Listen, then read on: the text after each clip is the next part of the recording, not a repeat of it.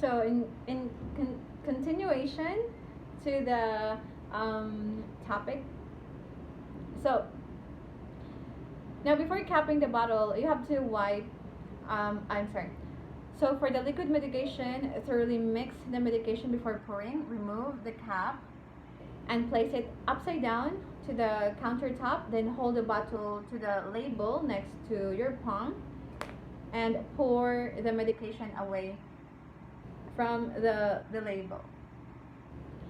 Now place the medication cup on a flat surface at eye level, and then fill it with the desired level, and using the bottom of the meniscus or the crescent shaped upper surface of the column of the liquid to align the container scale.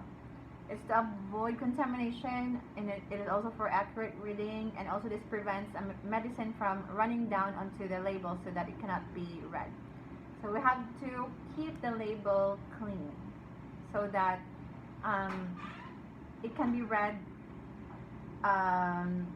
whenever, so that there won't be any like mixing of medications, so that to prevent like providing the wrong medication to the patient. So you have to make sure that the name of the medication is still readable.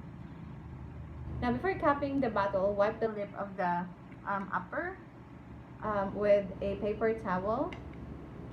Then keep unit dose liquids in their package and open them at the bedside. So open them at the bedside of the patient when you are providing a medication. Now provide for client privacy. So to provide comfortability, now check the client's identification band. Make sure that it's the right patient. They have asked for the name and also the age to prevent medication error.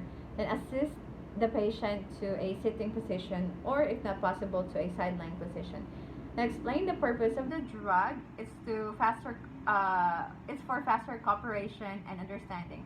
So administer the medication at the correct time. Now give the client sufficient water to swallow the medication. So make sure to provide the client water, especially if the water, the medication has like a bad aftertaste.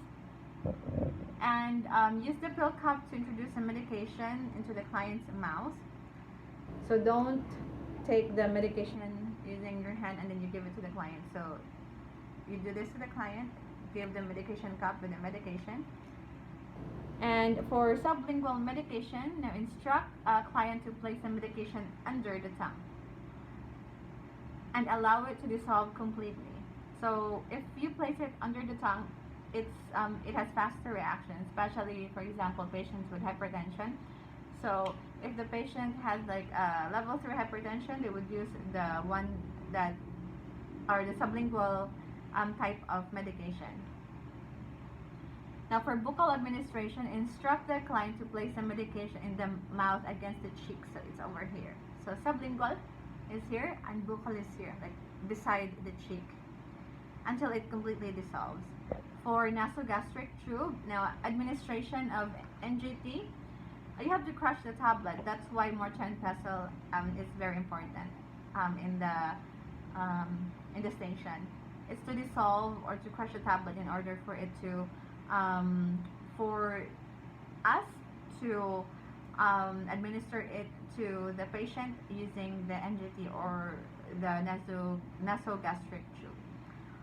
So crushed tablets or open capsules and dissolved powder with 20 to 30 ml of warm water in a cup. So it has to be 20 to 30 ml, not hot water, not cold water. Now record the medication given, dosage, time, any complaints or assessments of the client, and your signature. Always sign after providing the medication to the patient, so that they know who was the last person who gave the medication during that day or that shift.